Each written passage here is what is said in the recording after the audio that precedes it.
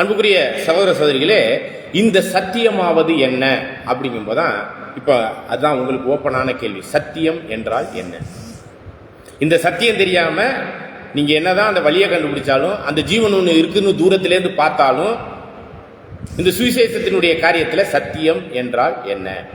இந்த சத்தியம் இல்லாமல் நீங்க சத்தியவான் எவனும் என்னிடத்தில் வருவான் அப்படின்னு சொன்னா, அந்த சத்தியத்தை குறித்து சாட்சி கொடுத்தார அந்த சத்தியம் என்றால் என்ன?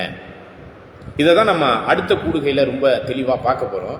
அதற்கு ஓப்பனாக ஐ ஓப்பனிங் மாதிரி நம்மளுடைய கண்களை திறந்து பார்க்கும்படி சத்தியம் என்றால் என்ன அப்படிங்கிறத யோவான் 17:17 வாசிக்கலாம்.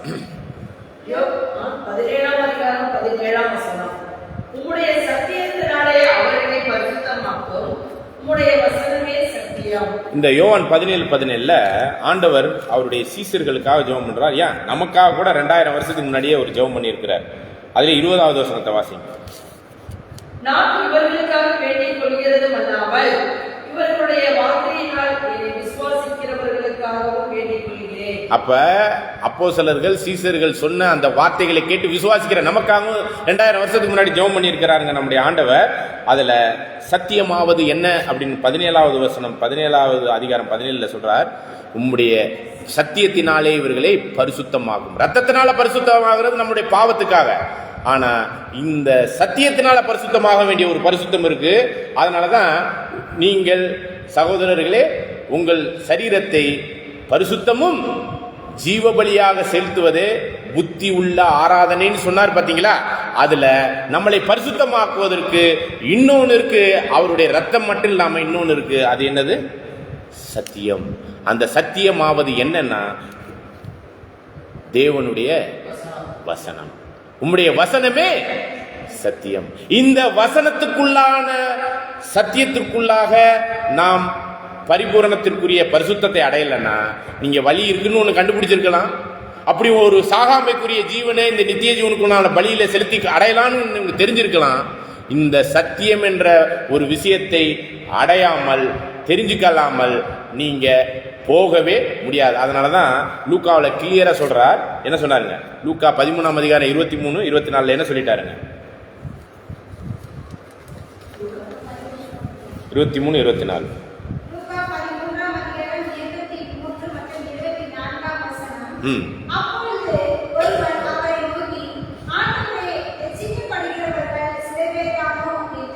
அப்ப இதனுடைய விஷயத்துல அந்த பெரிதான ரட்சிப்பு சரிங்களா, இப்படி சாகாமைக்குரிய கனமகிமைக்குரிய அந்த ரட்சிப்பு அப்படி சொல்லப்படுகிற இந்த ரட்சிப்பை பத்தி தான் அங்கே பேசிக்கிட்டு இருக்கிறார் நம்முடைய ஆண்டவர்.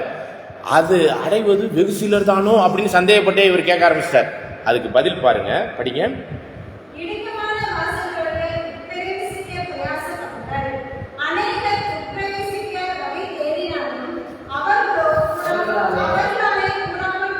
உட்பிரவேசிக்க இன்னைக்கு முழு கிறிஸ்தவமே இந்த இடுக்கமான வாசல் ஒன்று இருக்குன்னே தெரியாது. இப்படிப்பட்ட ஒரு விஷயத்துல இந்த ஆரம்பம் ஒன்று இருக்கு, இலக்கு சாகாமை கனமகிமைக்குரிய ஒரு ஜீவன் இருக்குங்கிறதும் தெரியாது. நித்திய ஜீவனுக்கான வழியை, இடுக்கமான வாசல் வழியை கண்டுபிடிச்சு அதுக்குள்ளான அந்த ஜீவ பலியை செலுத்துவதற்கான சத்தியம் ஒன்று இருக்கு, அந்த சத்தியத்துக்குள்ளாக உட்படுத்தணுங்கிறதும் தெரியாது. ஏன்னா பைபிள் படிக்கிறாங்க, பைபிளில் உள்ள சத்தியம் அவங்களுக்கு தெரியாது. இதை தான் நம்ம அடுத்த கூடுகையில் நம்ம தெளிவாக பார்க்க போகிறோம். அப்படிப்பட்ட ஒரு விஷயத்தில் இந்த வசனம் என்ன சொல்லிருச்சுன்னா, இடுக்கமான வாசல் வழியை உட்பிரவேசிக்க. இதில் அநேகர் உட்பிரவேசிக்க, முழு கிறிஸ்தவம் பிரவேசிக்க முயற்சி பண்ணுது. ஆனால் இதற்குரிய வழி என்னன்னு தெரியாது, அதற்கான எண்ட் பாயிண்ட்ல உள்ள அந்த இலக்கு என்னன்னு தெரியாது, அதுக்கு இடையில உள்ள சத்தியம் என்னங்கிறதும் தெரியாது. இதை சீசர்களுக்கு மட்டும்தான் ஆண்டவரை முதல் நூற்றாண்டுல சொல்லி கொடுத்தார். அதுக்கப்புறம் முழு கிறிஸ்தவமும் பைபிளை படிச்சுட்டு குழம்பி போயிருக்குது. இதனாலதான் இத்தனை பிரிவினைகள், இத்தனை சபைகள், இத்தனை பேருடைய சபையும் அங்கே பரலோகம் போறது இல்லை. யார் தான் போறா? பரலோகத்தில் பேர் எழுதியிருக்கிற முதற் பேரான சர்வ சங்கமாகிய சபை. இந்த சபை சத்தியத்துல ஜெடிப்பிக்கப்பட்டிருக்கும். இது யாக்கோபு 1:18 பார்க்கிறோம். அப்படிப்பட்ட இந்த சத்தியத்துக்குரிய ஒரு விஷயத்துல அநேகர் உட்பிரவேசிக்க முயற்சி பண்ணுவாங்க. ஆனா என்ன ஆயிரும்? படிங்க. லூக்கா 13ஆம் அதிகாரம் 24 தொடர்ந்து படிங்க.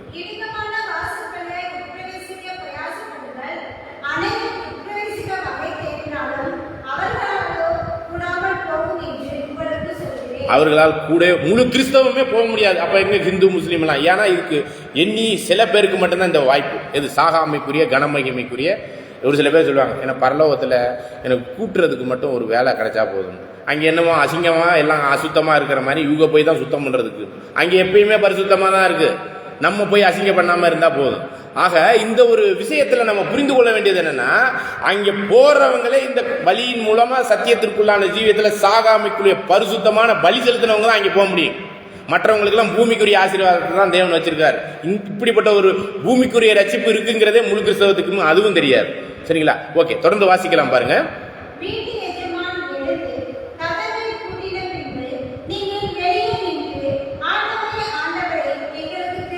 இந்த 10 கன்னியரில் புத்தி இல்லாதவங்க போய் கதவை அடைச்ச பிறகு தட்டிக்கிட்டு இருந்தாங்களே, அவங்கள பார்த்து என்ன சொல்லிட்டார்? படிங்க.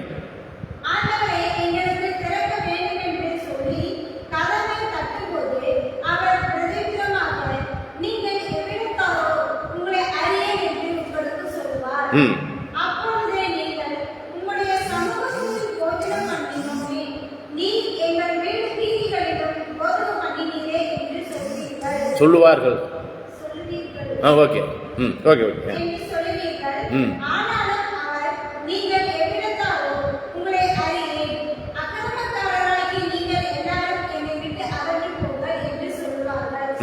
இந்த அக்கிரமக்காரர்கள் யாருன்னா கிறிஸ்தவத்தில் உள்ள ஒரு சில பேர் தான். அதை பத்தி வசனம் இருக்குது தெளிவா.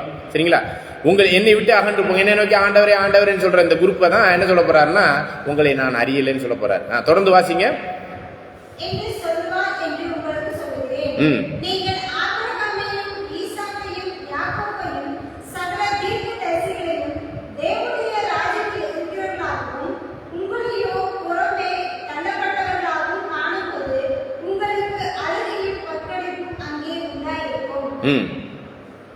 30 வரையும்.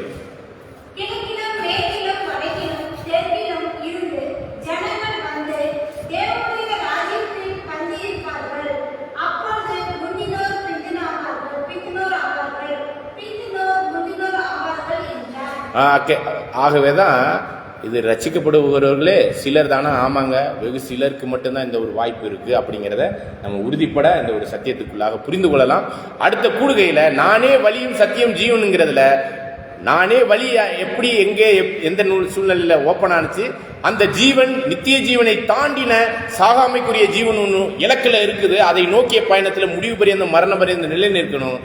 அதை அடைவதற்கு அவருடைய ரத்தமும் பாவ மன்னிப்பை கொடுக்குது, மீட்கும் பொருள் நம்மளுக்கு ஜீவன் நித்திய ஜீவனை கொடுக்குது. அதை இல்லாமல் சத்தியம் இல்லாமல் நம்ம பரிசுத்தமாக முடியாது. அந்த பரிசுத்தத்தை அடையாமல் சத்தியம் இன்னதென்று புரியாம மெட்ராஸுக்கு அட்ரஸ் தெளிவு இல்லாமல் போக முடியுமா?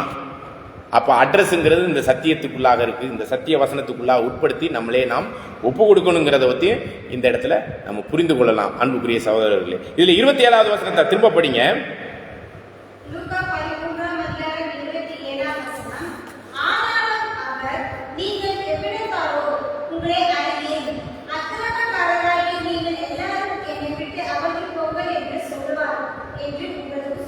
அப்ப இந்த அக்கிரமக்காரர்களுக்குரிய ஒரு விஷயத்துல மத்தேயு 7ஆம் அதிகாரம் 21 முதல் 23 வசனத்துல இருக்கு. அதை நீங்க வாசிச்சு புரிந்து கொள்ளுங்க.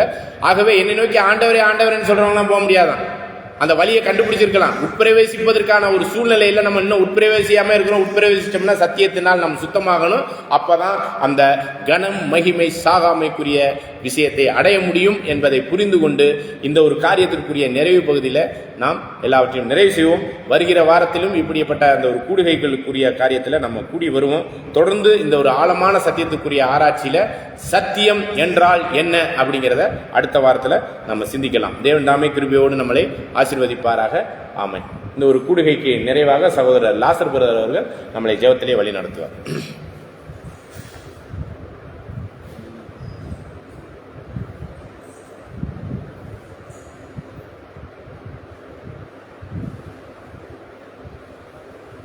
ஜெபம் செய்வோம்.